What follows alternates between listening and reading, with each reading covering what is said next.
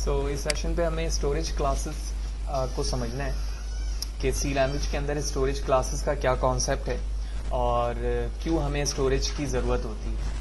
अगर आसान लफ्ज़ों में इसकी डेफिनेशन को हम समझें कि जब भी आप कोई वेरिएबल इनिशियलाइज करते हो तो चार चीज़ें उसकी बड़ी इंपॉर्टेंट्स हैं कि वो किस डेटा टाइप का है, ठीक है, उसकी बाउंड्री क्या है, यानी वो कितने देर तक आपके प्रोग्राम का पार्ट रहेगा, ठीक है, और उस पार्ट रहने के बाद वो आपके मशीन पे किस जगह जाकर सेव हो रहा है, ठीक है। ये तमाम चीज़ें उसके पूरे स्कोप को डिफाइन कर रही होती हैं, उसके बाउंड्रीज को डिफाइन कर रही होती हैं। तो इसी तरह सी लैंग्वेज में वो चारों scopes, boundary, life time, storage, ये तमाम चीज़ें डिफाइन करती हैं इन चार क्लासेस के बेस पर। यानी कि ये चार टाइप्स हैं स्टोरेज की जिसके ज़रिए से आप अपने डिफरेंट डेटा टाइप्स की वैल्यूज़ के पैटर्न को डिफाइन करते हैं, ठीक है। कैसे वो देखते हैं। तो इस वक्त आप एक स्नैप देख रहे हो, इस स्नैप में लिखा हुआ है स्टोरेज क्लासेस इन सी।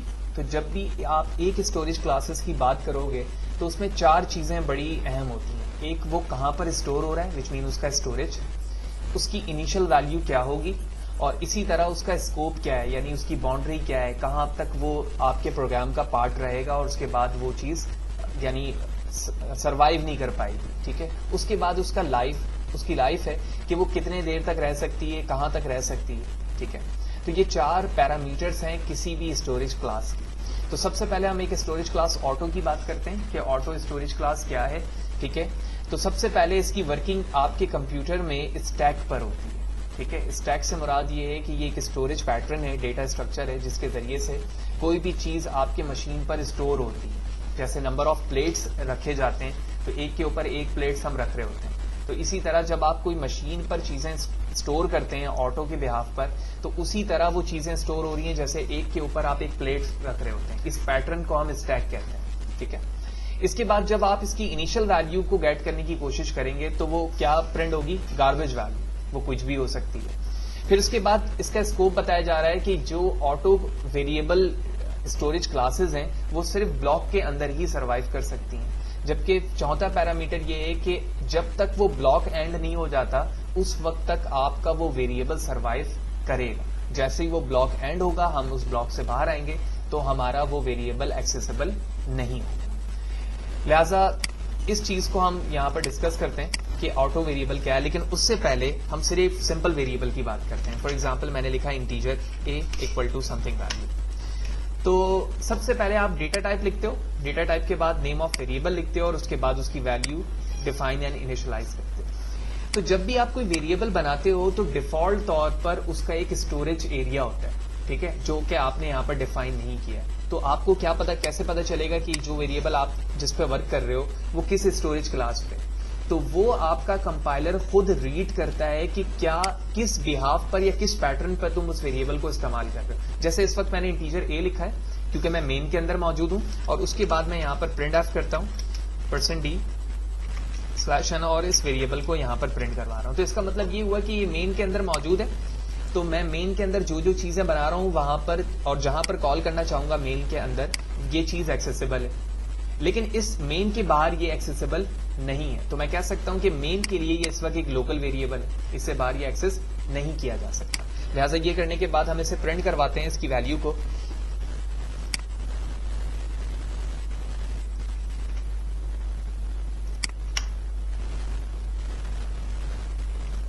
ठीक है, तो इसकी वैल्यू बिल्कुल इजीली वैसे ही प्रिंट हो रही है जैसे कि हम शुरू से देख रहे हैं। लेकिन इसका स्टोरेज किस तरह से वर्क कर रहा है, अगर मैं इस बाउंड्री से बाहर आकर यहां पर इसे किसी फंक्शन के अंदर एक्सेस करना चाहूंगा तो ये एक्सेसिबल नहीं होगा। तो जिस तरह से तुम कोई वेरिएबल डिफाइन करते हो और उसके बाद उसे यूज कर रहे होते हो तो आपका कंपाइलर उसको उसी तरह से बिहेव कर रहा होता है। तो जो उसका बिहेवियर है वो इन चार स्टोरेज क्लासेस पर मुश्तमिल होता है। लिहाजा अब हम देखेंगे कि ये ऑटो की स्कोप क्या है और ये किस तरह से वर्क कर रहा होता है। लिहाजा जिस तरह से मैंने यहाँ पर एक वेरिएबल बनाया था, ठीक है, आप देख रहे हो इंटीजर a, तो इससे पहले मैंने लिख दिया ऑटो। ये लिखने के बाद मैं बाहर आता हूं इससे और एक ब्लॉक बनाता हूं, ठीक है। वाज़ेह है इसका कोई ताल्लुक नहीं है इस चीज से, ये ब्लॉक फंक्शन का नहीं है बल्कि एक वेरिएबल का है जो कि सेपरेटली मैंने बनाया। ये बनाने के बाद मैंने यहाँ पर एक और वेरिएबल बताया, auto integer AA equal to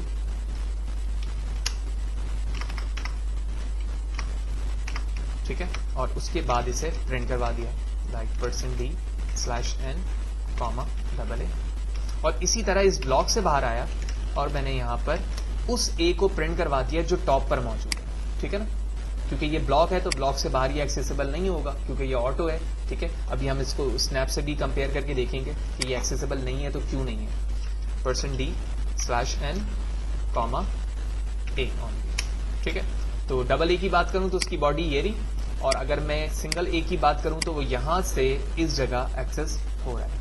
अब अगर आप इस स्नैप को देखें तो सबसे पहले जब मैंने वेरिएबल को ऑटो किया है तो ये कहां पर जाके आपके रैम में स्टोर हुआ है, आपके स्टैक में, ठीक है।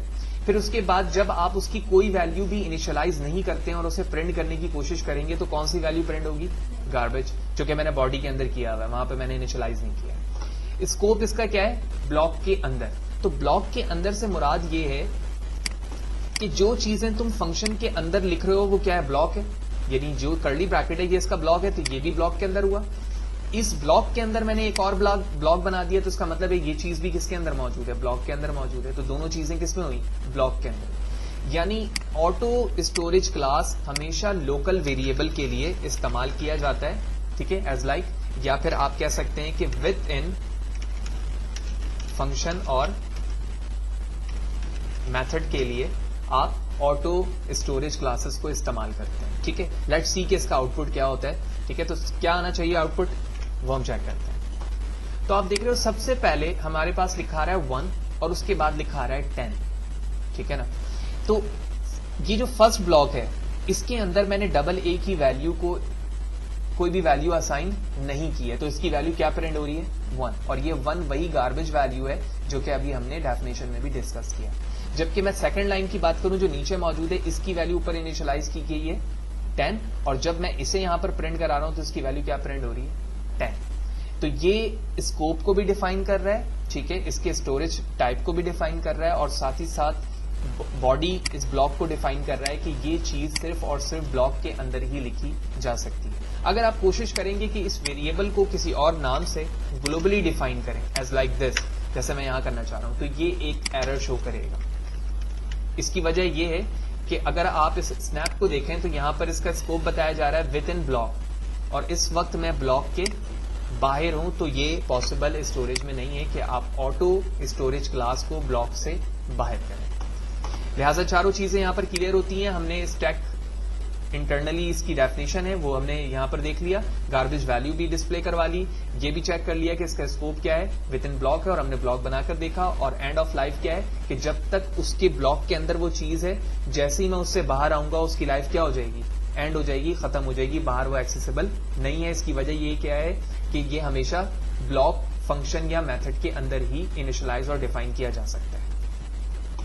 इसके बाद हम एक्सटर्नल और स्टैटिक को बाद में देखेंगे, लेकिन पहले हम देखते हैं रजिस्टर को, ठीक है। तो रजिस्टर में लिखा हुआ है, अगर आप ऑटो से कंपेयर करें रजिस्टर को, तो ये भी गार्बेज है, ये भी गार्बेज है, ये भी विद इन ब्लॉक है, ये भी विद इन ब्लॉक है, और ये भी एंड ऑफ लाइफ इसकी उसी वक्त है जब ब्लॉक आपका एंड होगा, और ये भी एंड ऑफ ब्लॉक है। तो तीनों चीजें तो सेम है। अब डिफरेंस आ रहा है हमारा सीपीयू रजिस्टर और स्टैक में, सिर्फ बेसिक डिफरेंस ये, इस चीज को हम समझते हैं।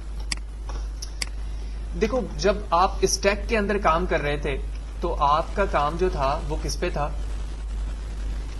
ऑटो पे जब हम काम कर रहे थे तो स्टैक पे उसकी वर्किंग थी, ठीक है। जो स्टैक डेटा स्ट्रक्चर है, यानी जिस तरह आप प्लेट्स को एक दूसरे पे रख रहे होते हैं तो इस तरतीब से आपका डेटा स्टोर हो रहा होता है। जबकि रजिस्टर के अंदर भी आपका काम स्टोरेज में वैसे ही हो रहा है, लेकिन ये यूज कर रहा है सीपीयू के रजिस्टर को, ठीक है। रजिस्टर एक सीपीयू का एक्सटर्नल पार्ट है जिसके जरिए से आप अपने स्मॉल काइंड की वैल्यूज को स्टोर करवाते हैं। अब फर्क क्या है कि आप ऑटो से भी वही काम कर रहे हैं और रजिस्टर से भी वही काम कर रहे हैं। रजिस्टर से काम करने का फायदा ये होता है कि यहां पर सीपीयू का रजिस्टर इस्तेमाल किया जा रहा होता है, जिसके जरिए से आपकी जो आइट्रेशन वैल्यूज हैं वो काफी फास्ट होती हैं एज कंपेयर टू ऑटो, क्योंकि ऑटो स्टैक को यूज करता है और रजिस्टर सीपीयू के रजिस्टर को इस्तेमाल कर रहा है। यही वजह है कि जब आप कोई लूप इस्तेमाल कर रहे होते हैं जहां पर वैल्यू बार बार रिपीट हो रही होती है, तो आपकी हमेशा कोशिश होनी चाहिए कि आप स्टोरेज क्लास रजिस्टर को इस्तेमाल करें, ठीक है। तो अब हम इसकी एग्जांपल देखते हैं, लिहाजा मैं इस कोड को कमिट करता हूं और अब हम इस चीज को समझते हैं। तो एक सिंपल सा प्रोग्राम बना लेते हैं लूप के लिए। तो integer number equal to 10 comma sum equal to 0 comma I, ठीक है। 1 से लेकर 12 तक का सम प्रिंट करवाना चाह रहा हूँ, लिहाजा मैंने फॉर का लूप चलाया, I equal to 1 and I less than equal to 12, I plus plus, ठीक है। Sum equal to sum plus of I, loop से बाहर आएंगे और यहाँ पर मैंने प्रिंट एफ पे लिख दिया the sum of 1 to 12 is %d, comma, और उसके बाद सम वेरिएबल का नाम, जो कि बिल्कुल बेसिक तरीका होता है। कोई भी मैंने यहाँ पर स्टोरेज क्लास नहीं बनाई है, तो ये डिफॉल्ट तौर पर खुद अपने स्कोप को डिफाइन करके डिफॉल्ट तौर पर कंपाइलर कोई ना कोई स्टोरेज क्लास को यूज कर लेगा। लिहाजा F11 मैंने प्रेस किया। अच्छा जी, ये एरर था जो कि हमने अभी डिस्कस भी किया, तो इसे भी कमेंट करना होगा एंड लेट्स सी। तो आप देख रहे हो 78 यहाँ पर वैल्यू प्रिंट हो रही है। लेकिन अब हम देखेंगे कि यहाँ पर जहां पर मैंने इंटीजर इन तीनों वेरिएबल को इस्तेमाल किया है ना, अब मैं इसे कर दूंगा रजिस्टर, ठीक है। बाकी तमाम चीजें वैसे ही हैं। F11 प्रेस अगेन करता हूं, तो अब क्या हुआ, वैल्यू में किसी किस्म का इफेक्ट नहीं आया। जो भी इफेक्ट हुआ वो इंटरनली आपके रैम के अंदर हुआ। इंटरनली उस जो चीज पहले स्टैक को इस्तेमाल कर रही थी, अब स्टोरेज में रजिस्टर को इस्तेमाल कर रही है और फास्टली वर्क कर रही है, ठीक है। इसको समझने के लिए मैं एक पिक्टोरियल रिप्रेजेंटेशन से भी वो बात समझाता हूं ताकि और भी बेहतर तरीके से समझ में आए आपको, ठीक है। तो ये एक स्नैप है, मैं इस स्नैप पे कुछ चीजें ड्रॉ करता हूं। फॉर एग्जाम्पल ये आपका प्रोसेसर है, ठीक है, और ये आपका एक रैम, ठीक है ना। मैं इसको आर से रिप्रेजेंट कर, जब तक ये ऑटो क्लास को इस्तेमाल कर रहा था जो हमने प्रीवियस एग्जांपल पे देखी है, तो जो भी वर्किंग हो रही है वो आपके रैम पर हो रही है बाय यूजिंग स्टैक, ठीक है ना। स्टैक एक डेटा स्ट्रक्चर है जो कि एज लाइक प्लेट होता है, जैसे first, second, third, fourth, fifth, ठीक है। इसमें वैल्यू इंसर्ट होती है और इसी तरह पॉप होती है, यानी वैल्यू अंदर इसके आ रही है और उसके बाद यहां से निकल रही है। ये स्टैक का फेनोमेना है। जबकि जब आप रजिस्टर पे काम कर रहे हैं तो रैम से आपका डेटा फास्टली प्रोसेसर पे जाता रहता है और वहां से हिट होकर आता रहता है, ठीक है, क्योंकि आप इसके रजिस्टर को इस्तेमाल कर रहे होते हैं और ये बिल्कुल स्मॉल पार्ट पर मुश्तमिल होता है। तो इस जरिए से जो प्रोग्राम की कोडिंग हो रही है वो प्रोसेसर पे फास्टली हो, वो उसके एक एक डेटा को यूज कर रहा है स्टोरेज डिवाइस पर और बार बार क्या कर रहा है, इनके फ्लो को वापस कर रहा है। यही वजह है कि जब आप लूपिंग पे काम कर रहे होते हैं तो आपकी कोशिश होनी चाहिए कि आप रजिस्टर को इस्तेमाल करें, क्योंकि कुछ वर्किंग ऐसी होती है जो इंटरनली होती है, वो आपको दिखती नहीं है, ठीक है। जो वर्किंग बिहाइंड हो रही है मशीन के अंदर वो हमें नहीं दिख रही है, हमें तो दोनों स्ट्रम में आउटपुट सेम ही दिख रहा है। तो हमें इस चीज से समझ में ये बात आई कि जहां पर आइट्रेशन की बात की जाएगी फास्टली, ठीक है, वहां पर हम स्टोरेज क्लास कौन सा इस्तेमाल करेंगे, रजिस्टर इस्तेमाल करेंगे। इसके बाद बारी आती है एक्सटर्न की, ठीक है। एक्सटर्न को समझने के लिए हम दोबारा स्नैप पर आते हैं और यहां पर देखते हैं कि क्या चीज है। तो सबसे पहले ये डेटा सेगमेंट, ये भी एक स्टोरेज फेनोमेना है रैम के अंदर, जहां पर आपका डेटा जो है एक सेगमेंट बनाता है, एक सीरीज के बिहाफ पर स्टोर हो रहा होता है। इसकी इनिशियल वैल्यू क्या है, 0 है, जबकि इसका स्कोप विद इन ब्लॉक नहीं है बल्कि क्या है, ग्लोबल मल्टीपल फाइल है, यानी मैं एक फाइल पर बनाने के बाद दूसरे फाइल पर भी एक्सेस कर सकता हूं इससे, ठीक है। और इस एंड ऑफ, जब ब्लॉक नहीं है तो एंड ऑफ ब्लॉक पे भी इसकी लाइफ खत्म नहीं होगी। तो इसकी लाइफ कब खत्म हो रही है, जब आपका प्रोग्राम क्या हो रहा है, एंड हो रहा है, ठीक है। तो डेटा सेगमेंट हमने डिस्कस कर लिया। इनिशियल वैल्यू क्या होगी इसकी, 0 होगी, ग्लोबल ही आप इसको एक्सेस कर सकते हैं और जब तक आपका प्रोग्राम अलाइव है आप उसे इस्तेमाल कर सकते हैं। तो इस चीज को समझने के लिए हम वापस प्रोग्राम पे चलते हैं और अपने इस कोड को भी कमेंट करते हैं, ठीक है, और उसके बाद हम यहां पर इस चीज को समझते हैं। लिहाजा ये करने के लिए मैं इस वक्त मेन फंक्शन पे मौजूद हूं, तो मैं एक वेरिएबल बनाता हूं इंटीजर a, ठीक है ना, और प्रिंट एफ %d/n, a, ठीक है। तो a की कोई भी वैल्यू असाइन नहीं है, बाकी तमाम चीजें कमेंट है। मैं a को डायरेक्टली क्या करना चाह रहा हूं, प्रिंट करना चाह रहा हूं। F11 प्रेस करते हैं तो आप देख रहे हो इनिशियल वैल्यू क्या प्रिंट हो रही है, 0, और हमें पता है कि इंटीजर की डिफॉल्ट वैल्यू क्या होती है, 0 होती है। लेकिन अभी बात एक्सटर्नल की हो रही है और एक्सटर्नल से हमें यह पता चल रहा है कि जो चीज बाहर से अंदर की तरफ आए, ठीक है।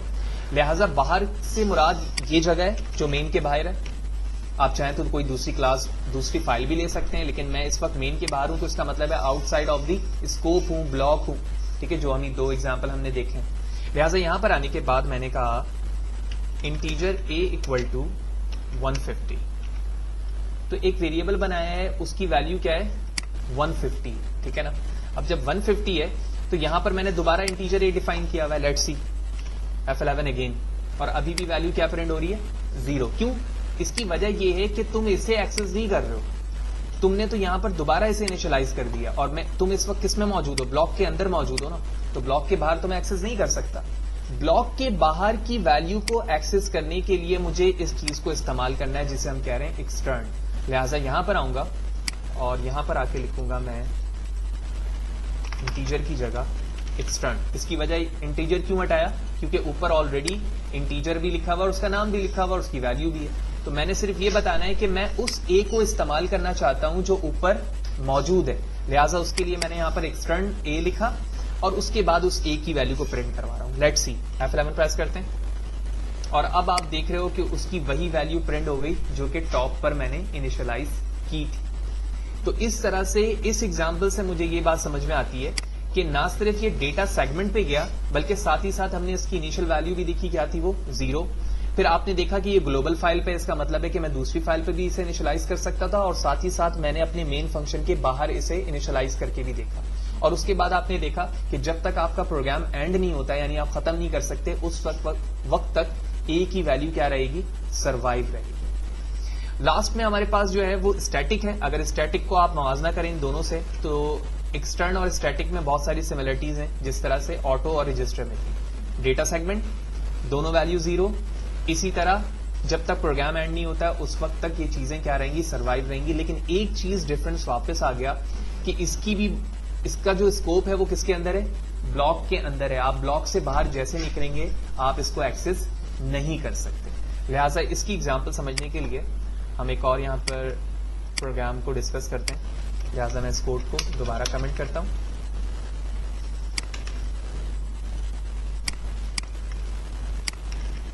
ठीक है, आपको पता है कि मैं इस वक्त मेन की बॉडी में हूं। मैं मेन से बाहर आकर फंक्शन भी तो बना सकता हूं ना। तो मैं मेन से बाहर आता हूं और एक फंक्शन बनाता हूं, इसका नाम रखता हूं ABC। ठीक है, ABC के नाम से मैंने एक फंक्शन बनाया। इस फंक्शन के अंदर मैं एक वेरिएबल बनाता हूं b इक्वल टू 12। फिर मैंने b की वैल्यू को प्रिंट करवा दिया %d/n,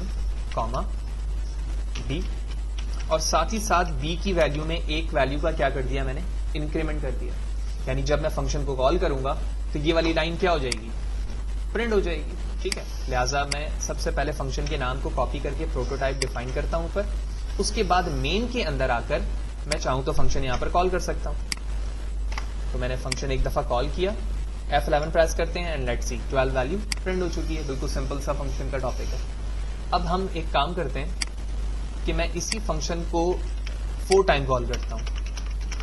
ठीक है, F11 प्रेस करते हैं तो आप देख रहे हो 12 12 12 12 वैल्यू हर दफा प्रिंट होगी। लेकिन आप गौर करो, मैंने जब भी फंक्शन को कॉल करवाया है या इसकी बॉडी के अंदर, तो मैं कह रहा हूं कि b की वैल्यू प्रिंट तो करो, लेकिन साथ ही साथ क्या करो, एक इंक्रीमेंट भी करो। तो इसका मतलब ये हुआ कि जब ये दूसरी दफा कॉल होगा तो इसकी वैल्यू क्या होनी चाहिए, 13 होनी चाहिए थी ना, वो नहीं हो रही है। इसकी वजह ये है कि आपने जो वेरिएबल इनिशियलाइज किया है वो लोकल है, ब्लॉक के अंदर है। और अभी हमने थोड़ी देर पहले पढ़ा कि जब आप ब्लॉक से बाहर आते हो तो इसकी वैल्यू यहां पर अलाइव नहीं रह पाती, वो खत्म हो जाती है। ठीक है ना, लिहाजा इसको अलाइव करने के लिए इसकी वैल्यू को मैं अपने वेरिएबल्स को क्या करूंगा, स्टैटिक करूंगा। ठीक है, लिहाजा इस वक्त जो इंटीजर b 12 है मैं इसके पहले लिखता हूं static integer b, control S F11 and let's see. अब आप देख रहे हो कि वो वेरिएबल जो पहले अलाइव नहीं था, स्टैटिक स्टोरेज क्लास की वजह से क्या हो गया है, अलाइव हो गया है। और जब तक तुम अपने प्रोग्राम को रन करते जाओगे उसकी वैल्यू क्या होती रहेगी, चेंज होती रहेगी। लेकिन वो चेंज सिर्फ ब्लॉक के अंदर ही होगी, क्योंकि मैंने स्टैटिक किसके अंदर लिखा है, कर्ली ब्रैकेट के अंदर लिखा है। और अगर आप दोबारा से उस स्नैप को देखें तो यहां पर देख रहे हो इनिशियल वैल्यू तो जाहिर सी बात है इंटीजर एक ही में मैं प्रिंट करवाता तो क्या होती, 0 ही होती। और विद इन ब्लॉक मैंने लिखा है, और जब तक आपका प्रोग्राम एंड नहीं हो रहा है आप उसे एक्सेस कर सकते हैं। तो ये पूरा होल हमारा ये सेशन रहा कि स्टोरेज क्लासेस की जरूरत हमें कब पड़ती है, जब हमें 4 पैरामीटर्स को डिफाइन करना हो। कौन कौन से? कि वो किस फॉर्म में उसकी एलोकेशन हो रही है मेमोरी की, ठीक है, इसी तरह उसकी इनिशियल वैल्यू क्या है, इसी तरह वो इसका स्कोप डिफाइन करना होता है कि उसका स्कोप कहाँ तक वो एक्सेसिबल है, और उसके बाद वो कितने देर तक अलाइव रह सकता है। तो इन चारों को देखा जो सी लैंग्वेज के अंदर हमारी स्टोरेज क्लासेस हैं, और उसके बाद हमने उन्हें प्रैक्टिकली भी यहाँ पर इम्प्लीमेंट करके देखा, बिल्कुल एक छोटी एग्जाम्पल से। तमाम कोड स्नैप जो है वीडियोस मेरे यूट्यूब चैनल पे भी मौजूद है, और मैं अपने blogspot.com पे भी यहाँ पर आपको एक्सेस दे दूंगा, आप यहाँ से डायरेक्टली उसे कॉपी पेस्ट भी कर सकते हैं।